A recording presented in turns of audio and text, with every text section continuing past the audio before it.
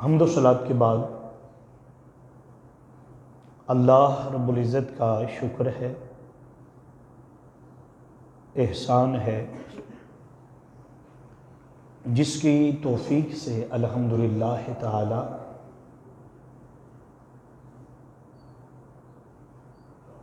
عید الفطر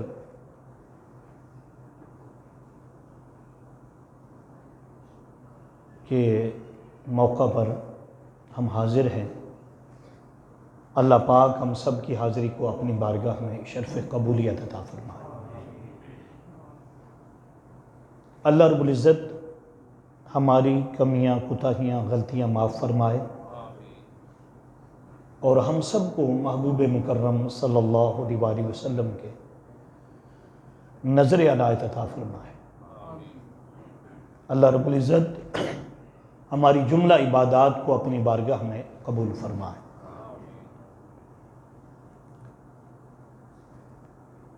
عید کا لغوی معنی عید عود سے ہے، اور عود کا معنی لوٹنا ہے۔ عید اس خوشی کو کہتے ہیں جو بار بار لوٹ کر آئے۔ یہ ہر بار، ہر سال ماہ رمضان المبارک کا جب مہینہ پورا ہوتا ہے، 29 یا 30 روزے مکمل ہو جاتے ہیں، تو اللہ پاک امت مسلمہ کو انعام کے طور پر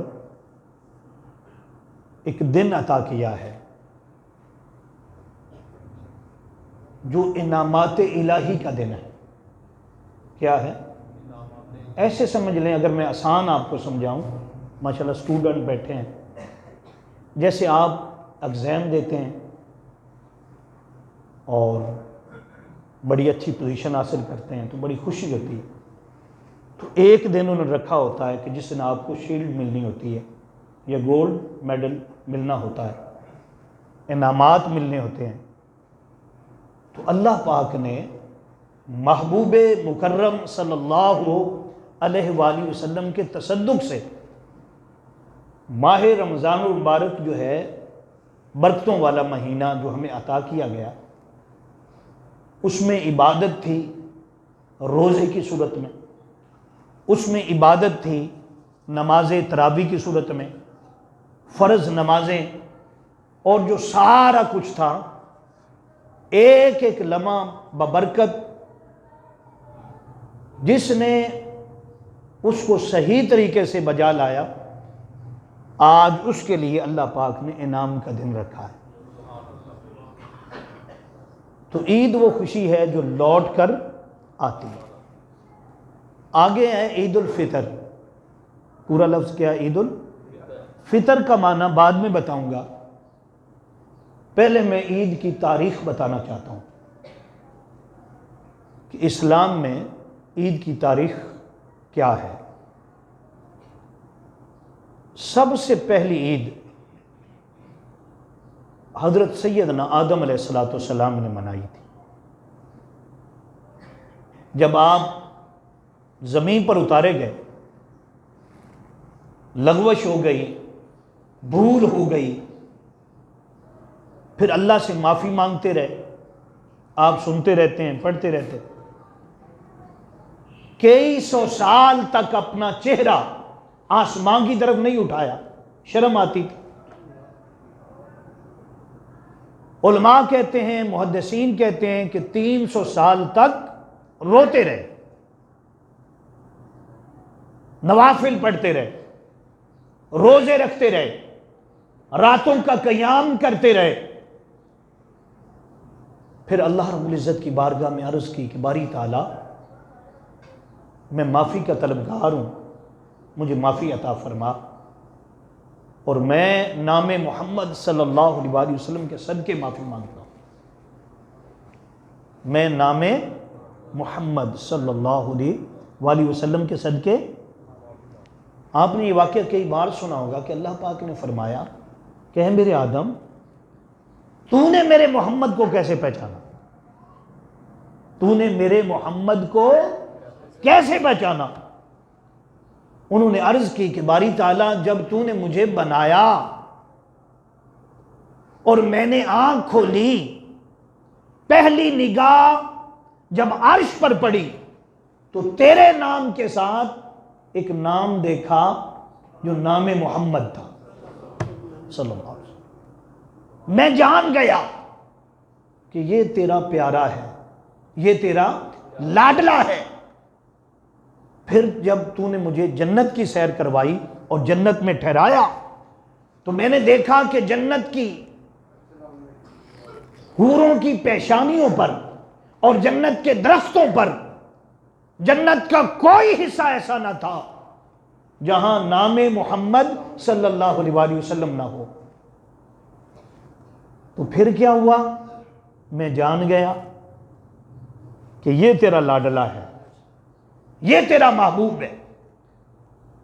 اور اللہ پاک نے فرمایا کہ اے آدم تو صحیح جانا، اگر محمد نہ ہوتے تو کچھ نہ ہوتا، محمد نہ ہوتے اظہرت ربوبیہ، اظہرت ربوبیہ، میں اپنی ربوبیت کا اظہار ہی نہ کرتا۔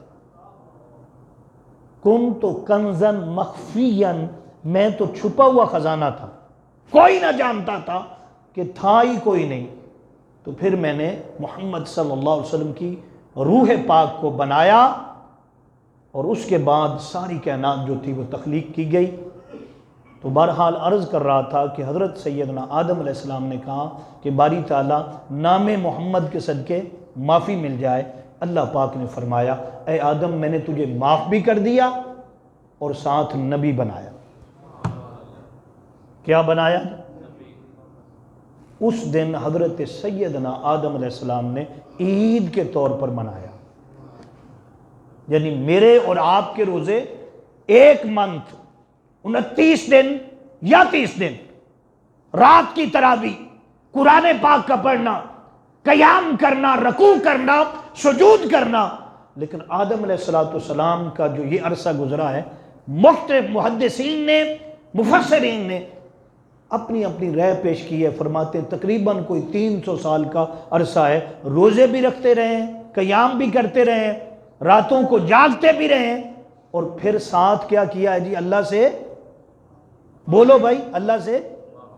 تو یہی وجہ ہے رمضان مبارک میں کیا ہوتا ہے؟ معافی کا مہینہ، رونے کا مہینہ، راتوں کو قیام کا مہینہ، راتوں کو جاگنے کا مہینہ، سحر کرنے کا مہینہ، سارا دن روزے کے ساتھ سچ بولنے کا مہینہ۔ پھر افطار کا وقت آ گیا، آقا نے فرمایا کہ ہر مسلمان جو روزے دار ہوتا ہے اس کو 2 خوشیاں ملتی ہیں۔ کتنی جی؟ 2۔ ایک، جب وہ روزہ افطار کرتا ہے نا، جو خوشی اسے ملتی ہے اس جیسی خوشی اور کوئی نہیں۔ پیاس تو آپ کو ویسے بھی لگتی ہوگی، کبھی سفر میں چلے جائیں، کبھی پانی نہیں مل رہا، لیکن پانی مل جائے۔ لیکن ایک بندہ ہے، اس نے روزہ رکھا ہے، سارا دن گزارا، وہ آخری وقت آ گیا، ادھر آپ نے ٹی وی لگا لیا، آج میڈیا کا دور ہے، یا آپ انتظار کرنے لگے کہ ادھر مسجد سے آواز آئے گی۔ وہ جو آواز آتی کہ حضرات روزہ افطار کر لیں، حضرات روزہ افطار کریں، وہ جو پانی کا سادہ گلاس ہو، یا وہ جناب جامع شیری ہو، یا وہ روح افزا ہو، روح افزا بھی وہی ہوتا ہے، پانی بھی وہی ہوتا ہے، لیکن لذت جدا ہوتی۔ لذت آپ چیک کر لیں، تجربہ کر لیں اس بات کا، آپ سارا دن پیاسا بھی رہ لیں اور پھر وہ روح افزا یا جو بھی آپ جس طرح افطار کرتے ہیں جناب، کوئی فریش جوس ہوگا، جو بھی ہے، لیکن جو لذت آپ کو روزے میں ملے وہ عام نہیں مل سکتی۔ کیوں؟ میرے آقا نے فرمایا 2 خوشیاں ملتی ہیں، فرحتین، 2 خوشیاں، ایک افطار کے وقت، ایک کیا ہے؟ اور ایک ملاقات کے وقت۔ ایک کیا ہے؟ فرمایا یہ ملاقات کیا؟ ادھر افطار ہے، جب بندہ افطار کرتے رہے ہم، تو فرمایا کہ اللہ پاک کی قدرت اور اس کی رحمت جو پہلے بھی شارق کے قریب ہے، کہاں رہتی ہے؟ اس کی قدرت شارق کے قریب ہے، لیکن فرمایا جب بندہ روزہ افطار کرتا ہے نا، ہر پردہ ہٹا کر اس وقت اس کی رحمت کرتی ہے، کہتی ہے کہ اے بندے مانگ کیا مانگتا ہے، جو دعا کرے اسے قبول ہو جائے۔ اور ایک روایت میں جس کو علامہ عبدالرحمن صفوری نے بیان کیا، فرمایا موسیٰ کلیم اللہ، سیدنا موسیٰ کلیم اللہ، فرمایا وہ جب اللہ سے ملاقات کرتے تھے، مناجات کرتے تھے، دعا کرتے تھے، تو 70,000 پردے حائل تھے۔ کتنے؟ لیکن جب حضور کا امتی روزے دار، کیا وہ جس نے صحیح روزہ رکھا ہو، جس نے روزے کو پھاڑا نہیں، جھوٹ نہیں بولا، کیا بھائی جھوٹ ہے؟ ایک مجھے جملہ بڑا پسند آیا تھا، تو فیس بک پہ کسی نے پوسٹ کی ہوئی تھی، لیکن جملہ بڑا کمال کا لکھا ہوا تھا۔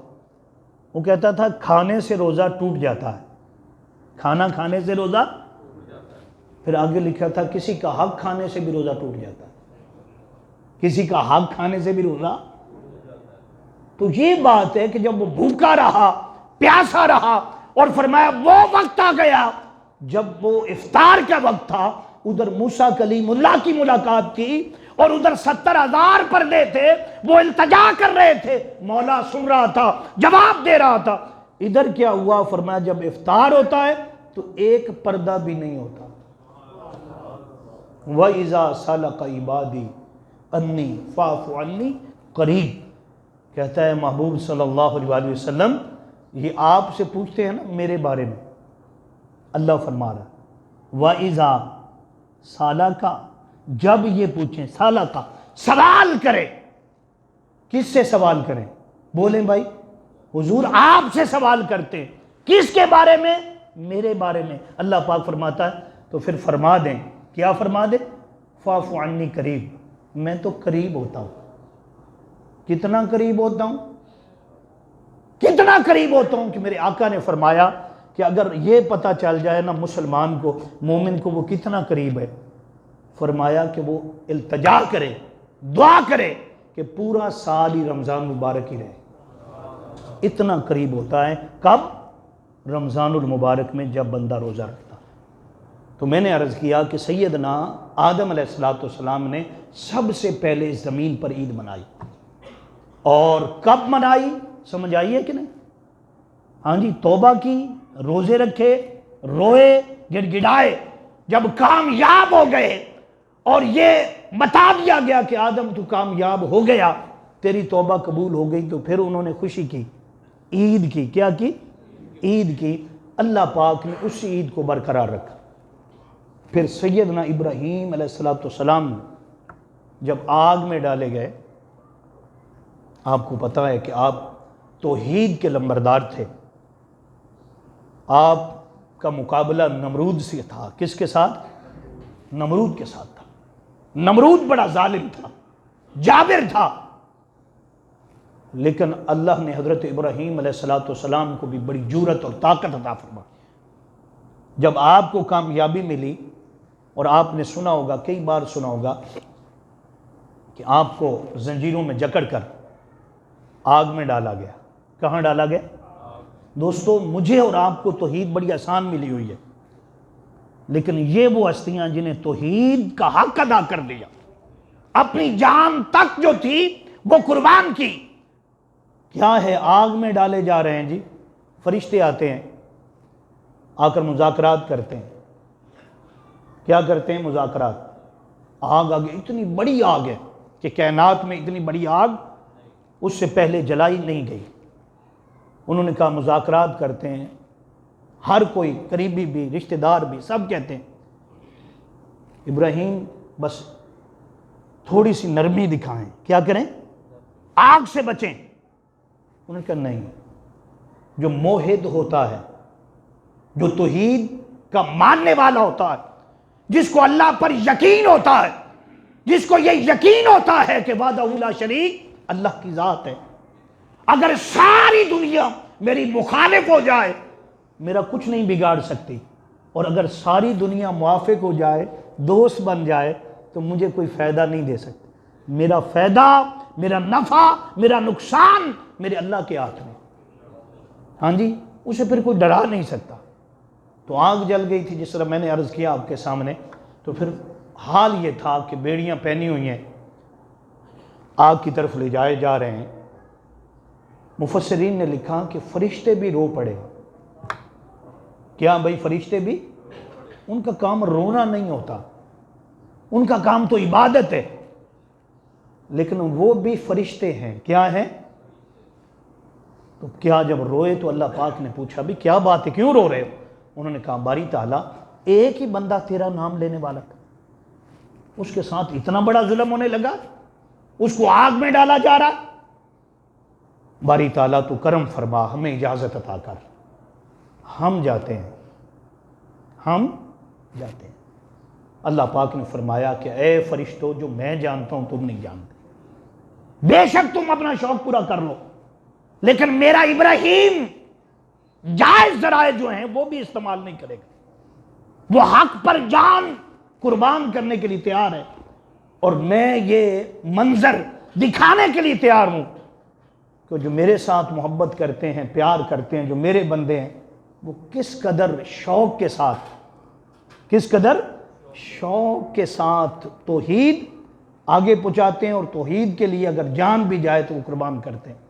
تو بہرحال آپ نے واقعہ تو کئی بار سنا ہوگا کہ 4 فرشتے آئے تھے. کتنے؟ انہوں نے کہا کہ ابراہیم آگ بہت بڑی ہے، یہ جلا دے گی، راکھ کر دے گی. ہم آئے ہیں، وہاں سے آئے، ہم سب کچھ کر سکتے ہیں. ہم آگ کو اٹھا کر پہاڑوں پر پھینک سکتے ہیں، ہم پانی کو اٹھا کر آگ پر پھینک سکتے ہیں، ہم یہی آگ اٹھا کر نمرودیوں پر پھینک سکتے ہیں، اور سارا کچھ تباہ و برباد کر سکتے ہیں. بس آپ ایک ہاں کر دیں. کیا کر دیں؟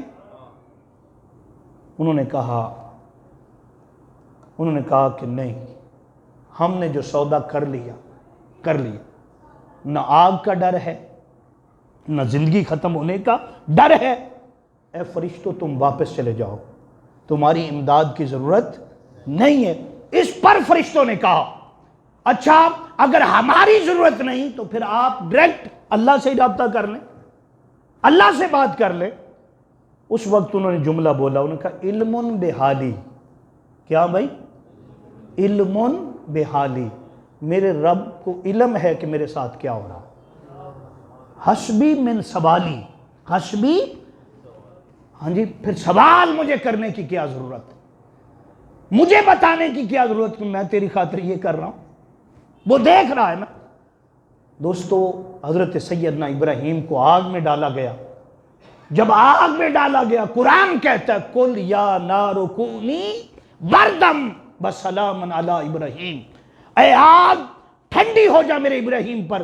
بس آگ ٹھنڈی ہو گئی، اور 40 دن تک حضرت سیدنا ابراہیم وہاں پر رہے. جب 40 دن پورے ہو گئے، باہر نکلے فاتح ہو کر، تو پھر عید کی. کیا کیا؟ یہ دوسری عید تھی. پہلی عید حضرت آدم علیہ السلام کی تھی، یہ دوسری عید تھی جو حضرت ابراہیم علیہ السلام. اسی طرح اگر اسی بات کو میں آگے صرف تاریخ کے حوالے سے بتاتا رہا بھی عید کی تاریخ کیا ہے، تو پھر ہر نبی کے ساتھ یہ جڑی ہوئی ہے. بہرحال مختصر کرتا ہوں کہ پھر سیدنا موسیٰ کلیم اللہ کو اللہ پاک نے فرعون سے نجات دی. قوم موسیٰ کو وَإِذْ نَجَّيْنَا مِنْ آلِ فِرْعَوْنَ يَسُومُونَكُمْ سُوءَ الْعَذَابِ يُذَبِّحُونَ أَبْنَاءَكُمْ وَيَسْتَحْيُونَ نِسَاءَكُمْ وَفِي ذَلِكَ بَلَاءٌ مِّن رَبِّكُمْ عَظِيمٌ. قرآن کہتا ہے ذرا یاد کرو، وَإِذْ نَجَّيْنَاكُمْ، جب ہم نے تمہیں نجات دی. کیا دی؟ نجات دی. کس سے؟ فرعون سے، آل فرعون. وہ کیا کرتا تھا؟ وہ تمہارے بیٹوں کو ذبح کرتا تھا. کیا کرتا تھا جی؟ بیٹوں کو اور بیٹیوں کو زندہ رکھتا تھا. بلاء، وہ بلا تھا. کیا تھا؟ مصیبت تھا تمہارے لیے. پھر ہم نے کیا کیا؟ تمہیں نجات. بلاء من ربکم عظیم، اس بلا کو ختم کر دیا. یاد رکھ لو سب سے بڑی ذات اللہ کی ہے. یہ عقیدہ رکھ لو کہ اللہ واحد ہے، یکتا ہے، وہی طاقتور ہے، وہی حیو ہے، وہی قیوم ہے، وہی قدوس ہے. سب سے بڑی سپر پاور طاقت جو ہے کس کی ہے؟ موسیٰ کلیم اللہ کو جب اللہ نے فتح عطا فرمائی پھر انہوں نے عید کا اہتمام کیا، ہر سال کرتے تھے، ہر سال کرتے تھے۔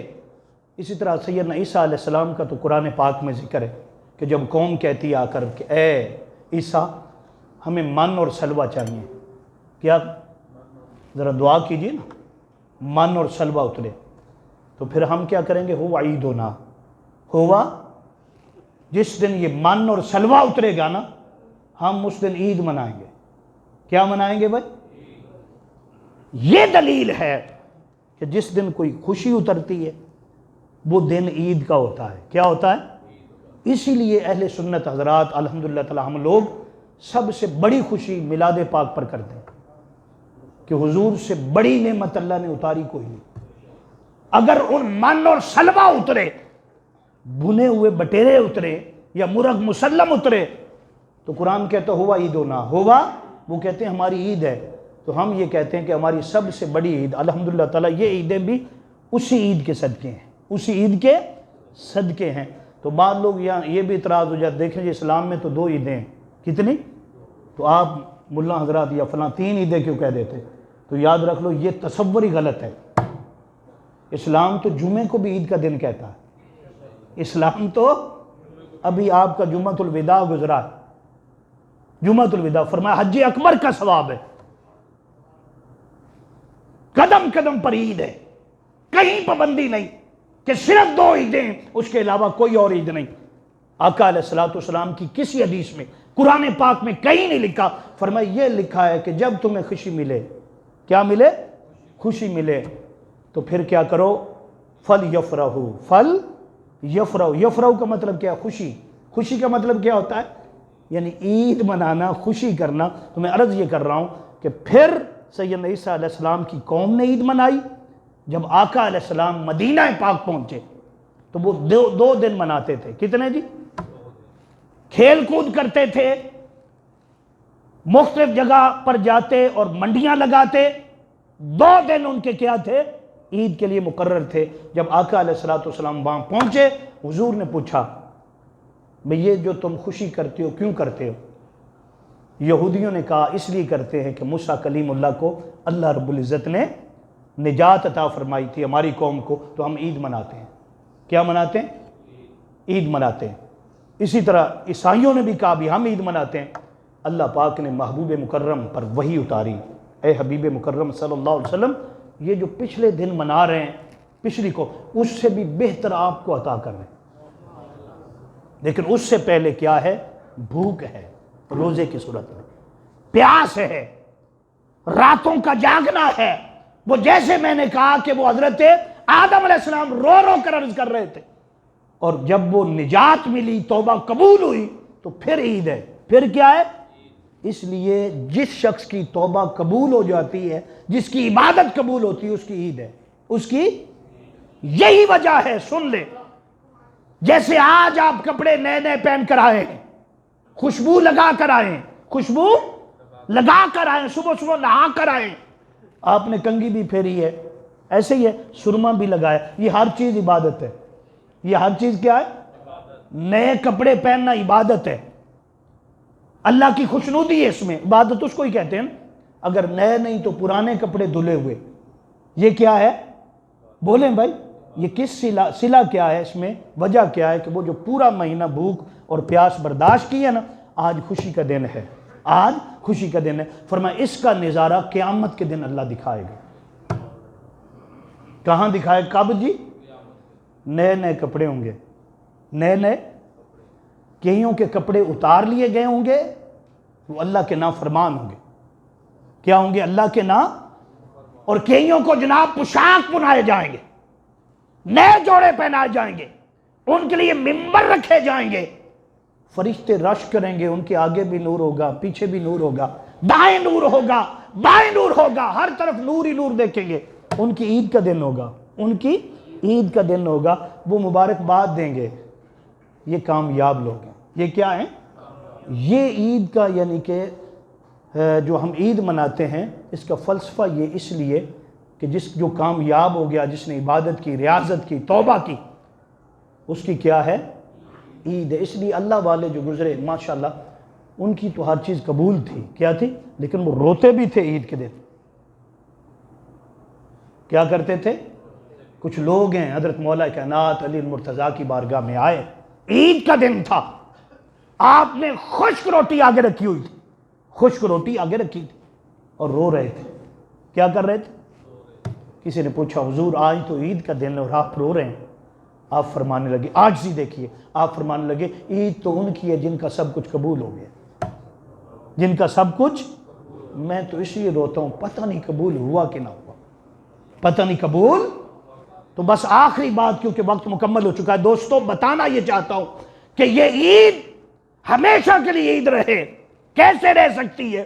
کہ ہم اپنی توبہ پر قائم رہیں، جیسے روزے دار تھے اور ہم کوئی چیز کھاتے پیتے نہیں تھے، اسی طرح عید تب ہوگی جب پورا سال کوئی حرام چیز آپ کے منہ کے قریب نہ جائے، نماز پڑھے، قرآن پڑھے، غریبوں کی دیکھ بھال کرے۔ اسی لیے تو عید الفطر ہے۔ آگے فطر کا مطلب کیا ہے؟ جو آپ فطرانہ دیتے ہیں۔ تو یہ ساری چیز کیا؟ یہ ہمیں مسلمان بناتی ہے، اندر کا مسلمان، ہاں جی، جو اندر کئی لوگ ہوتے ہیں ان کا سو گیا ہوتا ہے، اس کو بیدار کرتی ہے اور یہ بتاتی ہے کہ آج تمہیں یہ جو خوشی ملی ہے نا، ایک دن آنے والا اس سے بھی بڑی خوشی ہوگی، اور وہ کیا ہوگا؟ اللہ کا دیدار ہوگا۔ اس لیے سرکار نے فرمایا کہ اللہ فرماتا ہے روزہ میرے لیے ہے، ہر چیز کی جزا ہے، ہر چیز کی، لیکن روزے کی جزا اللہ کا دیدار ہے، اللہ پاک عمل کی توفیق عطا فرمائے، سرکار کی پکی اور سچی غلامی عطا فرمائے۔